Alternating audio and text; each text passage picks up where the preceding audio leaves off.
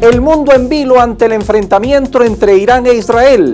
Mientras China y Rusia llaman al diálogo, Trump habría aprobado ataques. Senado colombiano aprueba reforma laboral promovida por el presidente Gustavo Petro.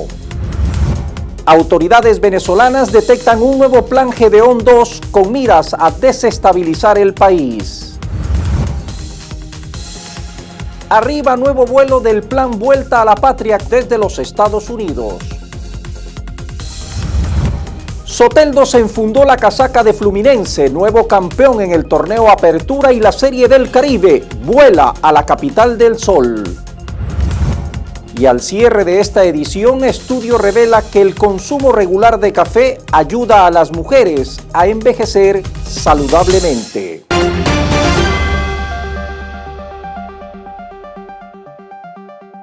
Mutuos bombardeos entre Irán e Israel. La economía en vilo ante un inesperado crecimiento del precio del petróleo, mientras en Venezuela se devela nuevo plan terrorista Gedeón 2. Bienvenidos a las noticias. Iniciamos. Y el Medio Oriente continúa manteniendo en vilo al mundo tras el intercambio de fuego cruzado entre Israel e Irán, que entre otros puntos ha alcanzado a un hospital y edificios financieros en el primero e instalaciones nucleares en el segundo.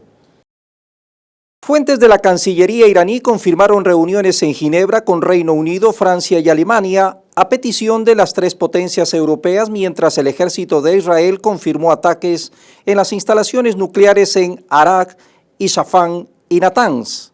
Mientras tanto, el presidente de Estados Unidos, Donald Trump, dio a entender que ya habría aprobado planes para atacar a Irán.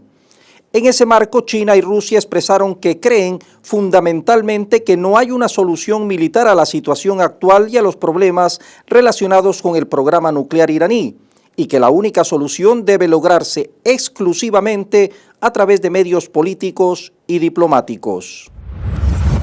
En Colombia, varias de las propuestas centrales de la reforma laboral impulsada por el presidente Gustavo Petro fueron aprobadas por el Senado del país en el último debate. Este proyecto restituye derechos básicos arrebatados durante décadas de flexibilización laboral, como el pago de horas extras a partir de las 7 de la noche y el recargo dominical y festivo tendrá un incremento del 100%. La aprobación contó con el respaldo de 57 senadores, mientras que 31 votaron en contra, clara evidencia de la resistencia de sectores empresariales y políticos tradicionales que priorizaron por años la rentabilidad sobre el bienestar laboral. Un gran triunfo para la sociedad colombiana, para los trabajadores y trabajadoras y sobre todo para las juventudes, porque recuperar el contrato para los aprendices del SENA es un gran estímulo, y también el que no nos condenen al trabajo por horas, que sería gravísimo para la precarización laboral de nuestros trabajadores. Esto es un gran triunfo de la ciudadanía. Aunque todavía falta que ambas cámaras concilien las versiones del proyecto, el mandatario colombiano señaló que si el Congreso cumple con los cambios sustanciales, retirará el decreto que convoca a una consulta popular. Y el conflicto en Medio Oriente se complica cada vez más. La Cancillería rusa advirtió que los actos de Israel contra instalaciones nucleares iraníes son totalmente ilegales desde el punto de vista del derecho internacional, constituyen amenazas para la seguridad y conducen al mundo hacia una catástrofe nuclear. Las consecuencias de la escalada de tensión entre ambas naciones se sentirán en todas partes, y ante ello Moscú instó a los líderes israelíes a que recuperen la cordura y cesen de inmediato los ataques contra instalaciones y emplazamientos nucleares sujetos al Organismo Internacional de Energía Atómica. En el comunicado, la Cancillería rusa también hace mención de la reacción de crítica de la mayoría de los países del mundo ante los ataques israelíes.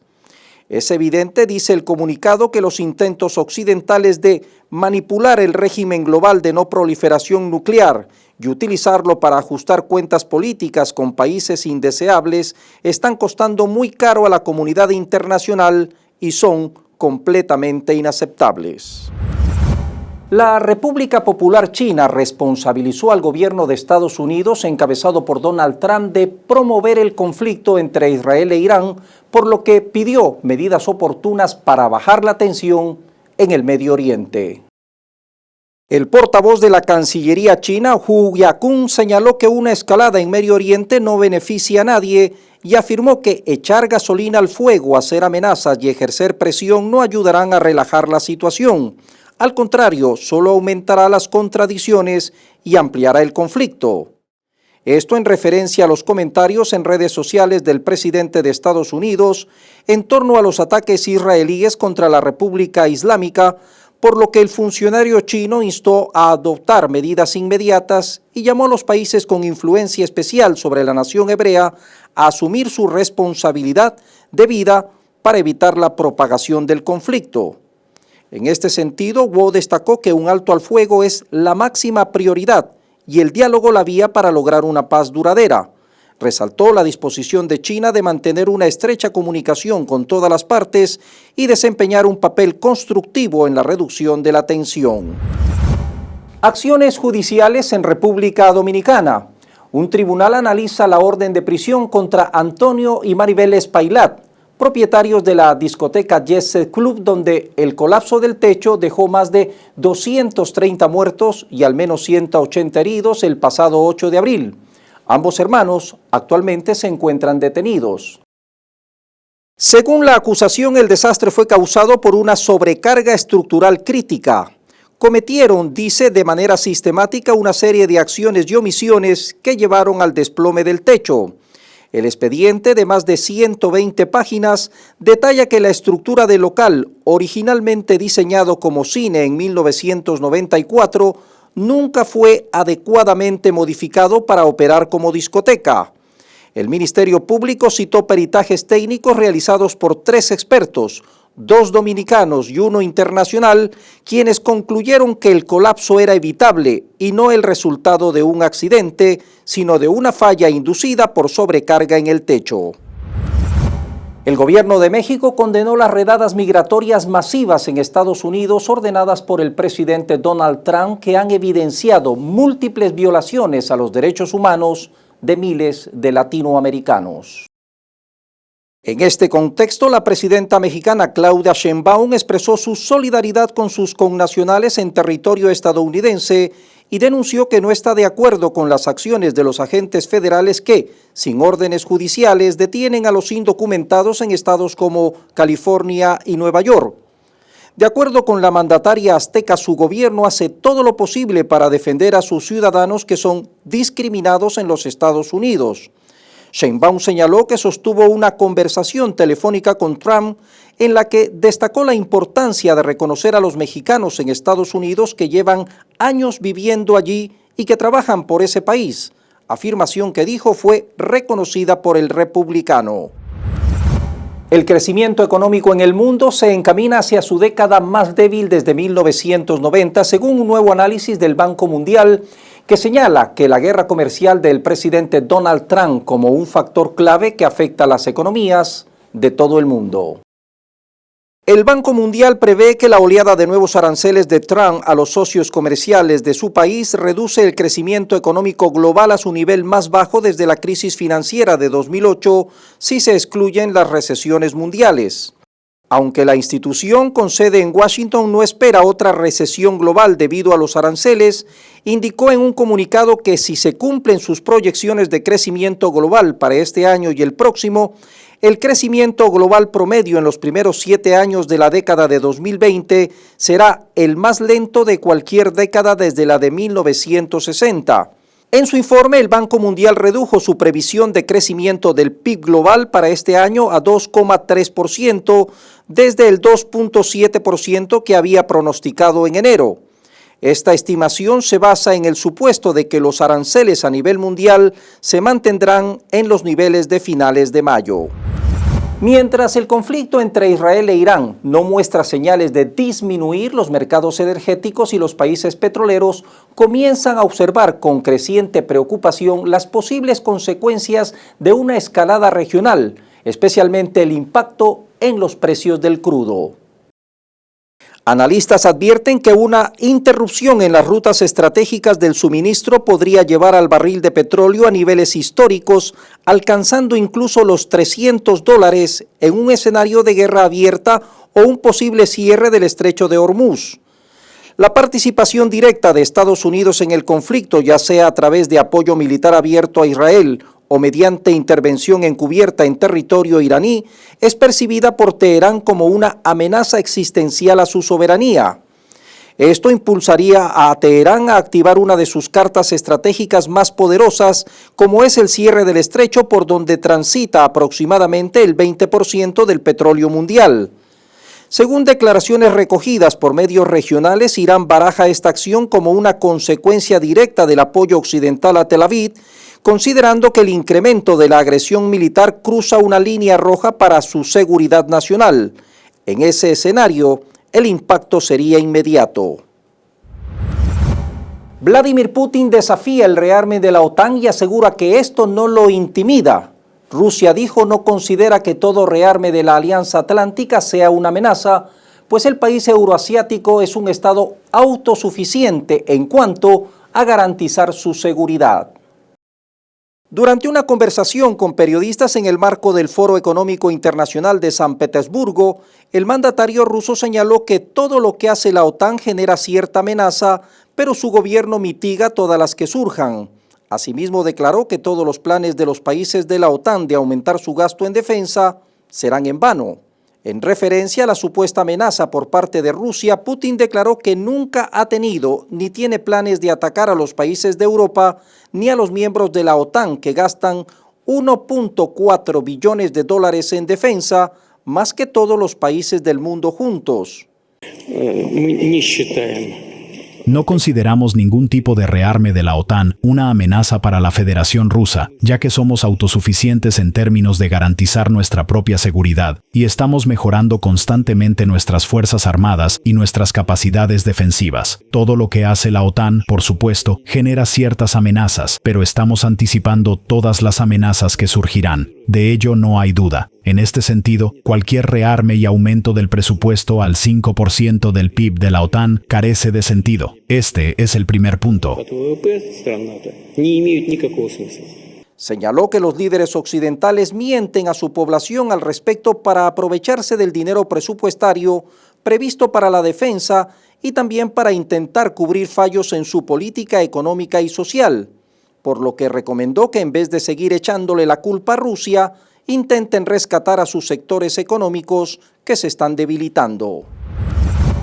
Y se conocen detalles sobre la denominada parálisis del sueño, un fenómeno que ocurre durante la transición entre las fases del sueño REM y vigilia, en el que la persona permanece consciente pero inmovilizada.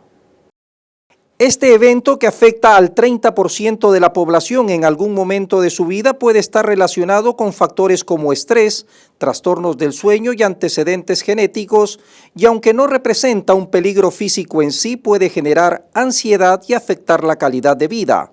Existen estrategias y tratamientos, incluyendo hábitos de sueño saludable, manejo del estrés y terapias que ayudan a reducir su frecuencia, y se están desarrollando también nuevas intervenciones como la terapia de relajación meditativa para controlarla de manera mucho más efectiva. Si bien los tratamientos mencionados pueden ayudar a reducir la frecuencia o la duración de los episodios de parálisis del sueño, aún no existe un tratamiento de referencia que pueda detener un episodio una vez que éste se produce. De ahí la importancia de conocer el fenómeno para poder superarlo. La administración de Donald Trump autorizó un nuevo contrato para la construcción de otro tramo del muro de la frontera entre Estados Unidos y México. Esta es la segunda adjudicación otorgada por el mandatario desde su regreso a la Casa Blanca. El convenio de $309.4 millones fue otorgado a la firma Fisher Sand & Gravel. Los fondos serán destinados a la construcción de aproximadamente 43 kilómetros de muro en el condado de Santa Cruz, en Arizona. La Oficina de Aduanas y Protección Fronteriza, encargada de aprobar los recursos, asegura que la obra busca cerrar las brechas críticas en el muro fronterizo. Este proyecto se suma a las políticas antimigrantes del presidente estadounidense, quien ha sido fuertemente criticado por la violación de los derechos humanos de miles y miles de latinoamericanos que residen en el país. Japón y su turismo, muchas veces desconocido, A pesar de que todos sabemos de sus templos milenarios, sus trenes balas, su tecnología y sus robots, por eso no es extraño que millones de personas hagan las maletas cada año para conocerlo. Lo que sí sorprende es esto, cómo la inteligencia artificial empieza a abrirse paso allí donde hasta ahora solo se aceptaba al talento humano. La paradoja es tan japonesa como su cultura, un país donde se valora profundamente la hospitalidad y al mismo tiempo donde escasean quienes puedan practicarla. Porque si algo ha revelado el tsunami de turistas es que la falta de guías bilingües se ha convertido en un problema serio que se responde ahora con inteligencia artificial. Hoy, en lugares como Okinawa, hay turistas que prefieren la voz robótica de aplicaciones como la del operador Cerulean Blue antes que quedarse sin tour. El sistema detecta su ubicación mediante el GPS del móvil, muestra información en tiempo real con realidad aumentada y activa audioguías a medida que el visitante avanza, una solución práctica a la falta de guías.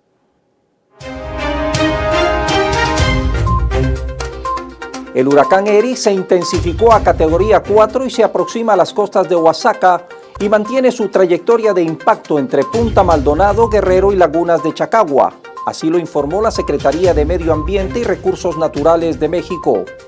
Con vientos sostenidos de 230 kilómetros por hora y rachas de hasta 275 kilómetros por hora, el huracán Eri avanza hacia el noroeste a una velocidad de 15 kilómetros por hora. Los desprendimientos nubosos del sistema están generando lluvias extraordinarias. El reconocido cineasta estadounidense Tyler Perry, director de la película Harta de la plataforma Netflix, fue demandado por el actor Derek Dixon, quien lo acusó ante el Tribunal Superior de Los Ángeles de acoso sexual y reclama al menos $260 millones por indemnización de los daños. El actor de The Oval, serie dirigida por Perry, alega que el cineasta aprovechó su éxito y poder y utilizó su considerable influencia en la industria del entretenimiento para crear una dinámica coercitiva y sexualmente explotadora. Miles de personas se manifestaron en la emblemática Plaza de Mayo para protestar contra la condena a 6 años de prisión por corrupción contra la expresidenta, impedida de volver a ocupar cargos públicos. Pueden encerrarme, dijo Cristina Kirchner, a mí, pero no van a poder encerrar a todo el pueblo argentino, dirigiéndose a sus seguidores en un mensaje grabado. Queridos argentinos y argentinas, vamos a volver. Y además, vamos a volver con más sabiduría, con más unidad, con más fuerza. Y desde donde me toque estar, desde la trinchera que sea, voy a seguir haciendo todo lo que esté a mi alcance para estar ahí junto a ustedes, como ustedes siempre han estado también junto a mí. Pero lo vamos a hacer, porque tenemos algo que ellos jamás van a tener, ni van a poder comprar por más plata que tengan. Tenemos pueblo, tenemos memoria, tenemos historia y tenemos patria. Vamos a volver, argentinos y argentinas, lo vamos a volver a hacer una y mil veces, como se ha hecho desde el fondo de la historia. Los pueblos finalmente siempre vuelven. La manifestación fue convocada por el Partido Justicialista bajo la consigna de repudio a la proscripción y tuvo el respaldo de gobernadores, intendentes, organizaciones sociales y parte de la militancia sindical.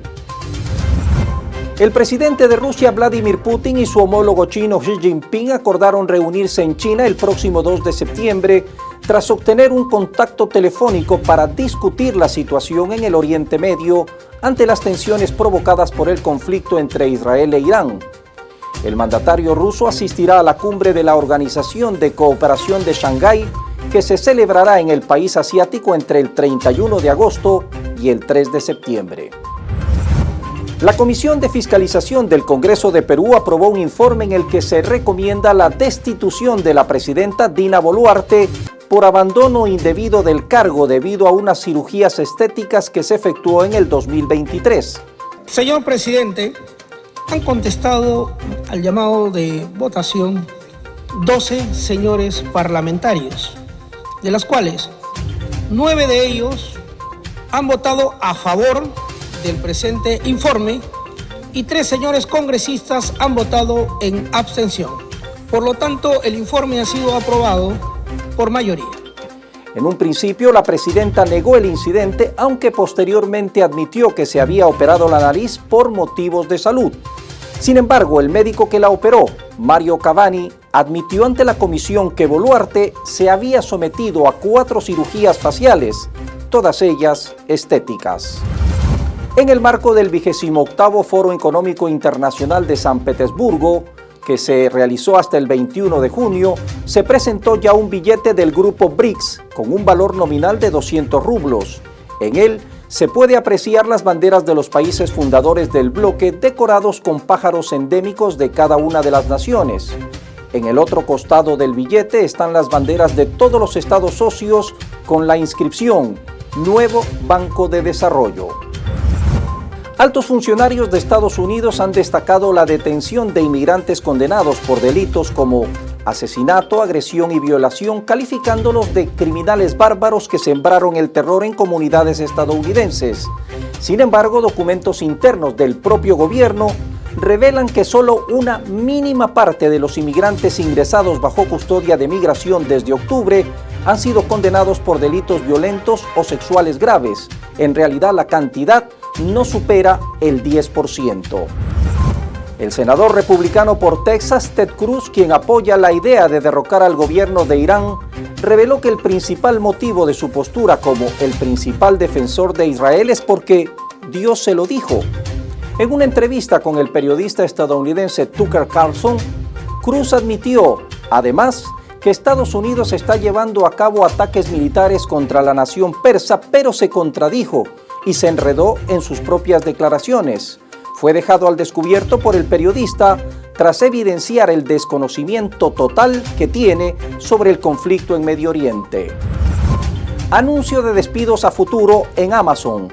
La empresa informó a sus empleados que el aumento de la eficiencia gracias a la inteligencia artificial permitirá a la empresa reducir su plantilla humana. Es difícil saber exactamente cómo se equilibrará esto con el tiempo, pero en los próximos años, dijo la empresa, esperamos que esto reduzca nuestra fuerza laboral corporativa total a medida que obtengamos ganancias de eficiencia por el uso extensivo de inteligencia artificial en toda la empresa.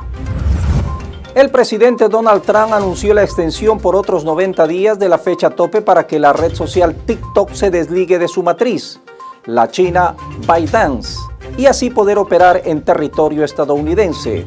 La fecha ya se había prolongado en otras 2 ocasiones.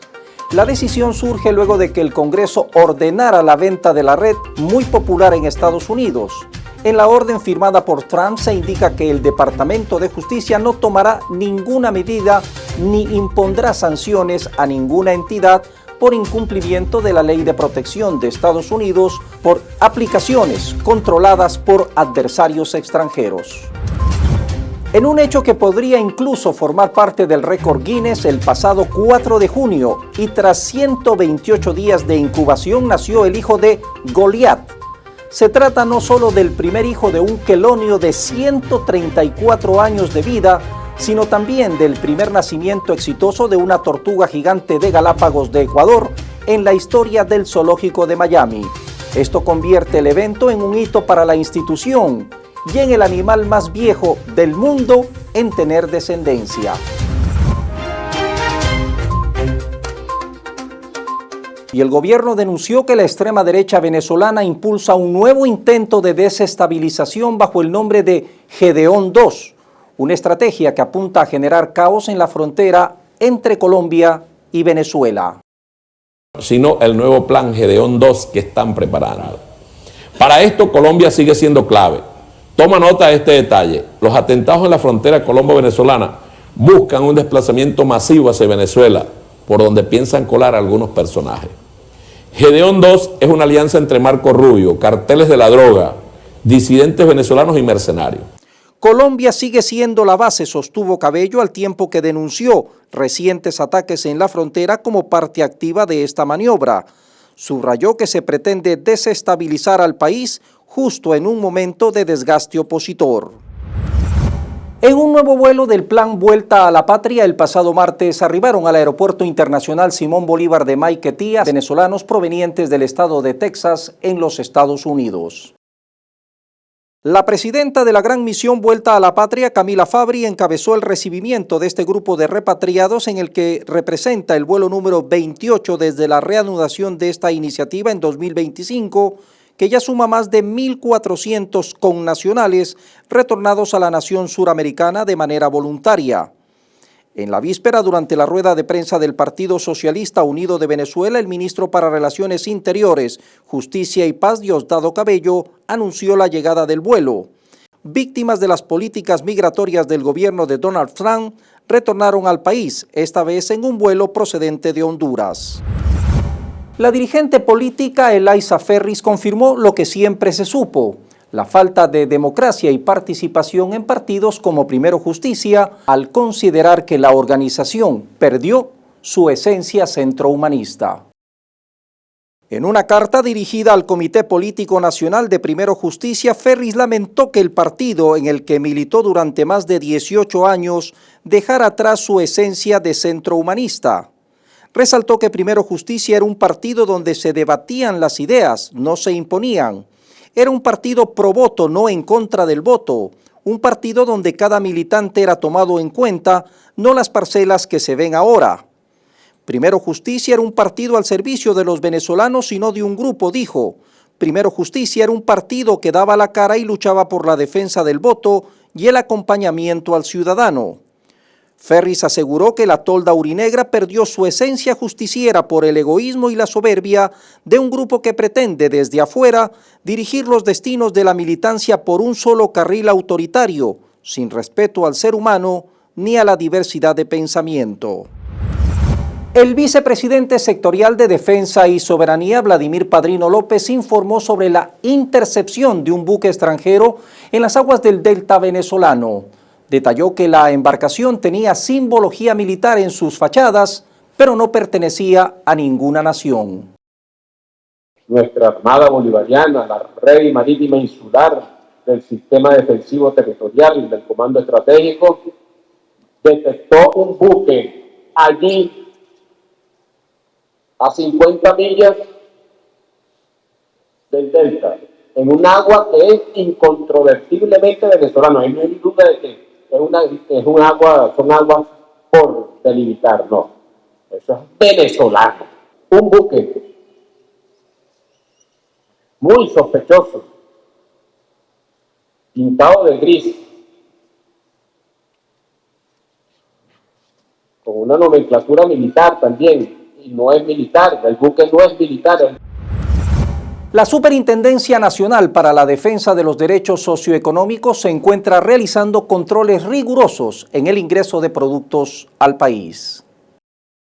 A través de sus redes sociales indicaron que el equipo está trabajando bajo el Plan Nacional Mano de Hierro, ejecutando diversas inspecciones. Destacó que con este proyecto buscan garantizar el ingreso de productos de calidad al territorio nacional, así como la aplicación de la tasa oficial del Banco Central de Venezuela en todos los comercios del país. El organismo ratificó que el objetivo es proteger el acceso de todos los venezolanos a alimentos seguros y de calidad, defender la producción nacional y evitar la especulación con la divisa. Como parte del plan de control se destacó la necesidad de que quienes transportan mercaderías en el país tengan los documentos que validen lo legal de su origen. Finalmente agregaron que se encuentra en constante despliegue a nivel nacional, siguiendo las instrucciones dadas por el jefe de Estado, Nicolás Maduro. Durante la conmemoración del Día Internacional para contrarrestar el discurso de odio, el gobierno venezolano ratificó su compromiso con la igualdad, la justicia y la paz frente a las agresiones externas que afectan su soberanía y a su pueblo. Venezuela ha sido blanco de discursos de odio impulsados por el gobierno de Estados Unidos y sectores de la derecha, los cuales se materializan en medidas coercitivas unilaterales que impactan a la población. La delegación de Venezuela ante la UNESCO denunció que las guerras, los bloqueos y la ocupación de territorios no solo causan sufrimiento humano, sino que amenazan directamente la diversidad cultural del mundo y alertó que la devastación cultural que conlleva la nueva presión del Estado genocida de Israel con el apoyo de sus aliados, esto contra el Estado de Palestina, representan claramente un peligro global. Hoy presenciamos el silenciamiento sistemático de voces culturales en regiones sometidas a bombardeos y ocupación, donde artistas, intelectuales y creadores, en su mayoría mujeres y jóvenes, son asesinados, desplazados o censurados. En Palestina hemos visto cómo poetas, actrices, diseñadoras, docentes y músicos han muerto bajo el fuego. El arzobispo de Caracas, Monseñor Raúl Biort Castillo, anunció que el sábado 25 de octubre del presente año se llevará a cabo una misa multitudinaria en Caracas con el fin de conmemorar la canonización de José Gregorio Hernández y la Madre Carmen Rendiles.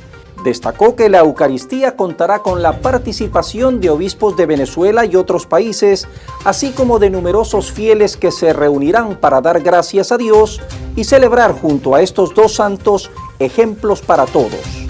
El arzobispo calificó este evento como la mejor noticia en la historia del país. El Consejo Nacional Electoral de Venezuela inició la recepción de las postulaciones de las candidatas y candidatos de las organizaciones con fines políticos que participarán en las elecciones municipales del próximo 27 de julio. Ese día se elegirá 2.806 cargos, 335 alcaldes o alcaldesas y 2.471 concejales distribuidos en 1.420 por voto lista, 982 nominales y 69 de los pueblos indígenas. También se realizará la consulta popular para que la juventud escoja los proyectos que se ejecutarán para su beneficio en cada estado. Venezuela asumió la presidencia del Consejo Ministerial del Fondo de la Organización de Países Exportadores de Petróleo para el Desarrollo Internacional, esto para el periodo 2025-2026. La nueva presidencia del Consejo Ministerial abre oportunidades para fortalecer alianzas estratégicas y avanzar en la agenda de desarrollo global. La nación ha sido un actor clave en la promoción de políticas de desarrollo sostenible y cooperación económica entre los países miembros y no miembros de la OPEP. Familiares de los migrantes venezolanos que permanecen secuestrados en el centro de confinamiento del terrorismo SECOT en El Salvador acudieron a la sede de la Organización Internacional para las Migraciones, ubicado en Ginebra, Suiza, con el fin de solicitar un pronunciamiento oficial del ente frente a la flagrante violación de los derechos humanos de los retenidos, quienes son privados de su derecho al debido proceso. El pasado 17 de junio también denunciaron el caso ante el Consejo de Derechos Humanos de las Naciones Unidas. La publicación y traducción al idioma ruso de la antología poética Soñando el largo viaje 1984-2024, escrita por Tarek William Saab, fiscal general de la Nación, se llevó a cabo bajo la presentación del reconocido filólogo ruso Boris Kovalev, traductor de la obra. Vale destacar que dicho libro fue traducido y publicado por la Universidad de San Petersburgo, una de las universidades más antiguas y prestigiosas de Rusia. Soteldo ya se enfundó la casaca de Fluminense. Nuevo campeón en el torneo Apertura y la Serie del Caribe vuela a la capital del sol. Jefferson Soteldo dejó el Santos para vestir la camiseta del Fluminense. El oriundo de Portuguesa de 27 años continúa con éxito su periplo en el fútbol brasilero. La incorporación se da luego de la última fecha de eliminatorias del Mundial 2026, donde el venezolano brilló con la Vinotinto, que está a un paso de la clasificación al repechaje. La Universidad Central de Venezuela se consagró como campeón del torneo Apertura 2025 tras ganar 1-0 al Deportivo Táchira, el campeón en el 2024 de la Liga Venezolana de Fútbol.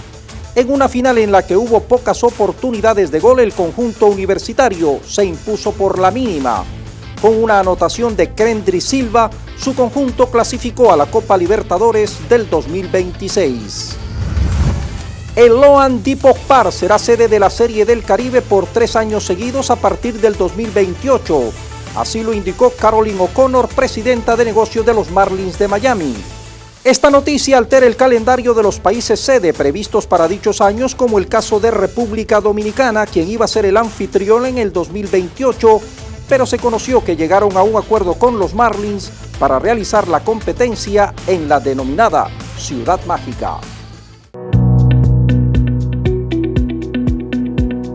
Un nuevo estudio de la Universidad de Harvard en Estados Unidos concluyó que el consumo regular de café ayuda a las mujeres a envejecer saludablemente.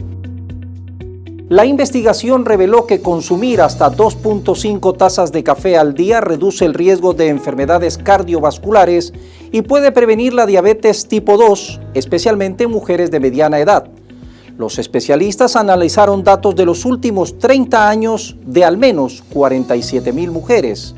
Utilizaron como base el estudio Nurses Health Study, que recopila datos sobre nutrición y salud desde 1984, incluido el consumo de cafeína. El envejecimiento saludable se define como una vida hasta los 70 años o más que las mujeres pueden disfrutar sin enfermedades crónicas graves y sin limitaciones físicas, mentales o cognitivas.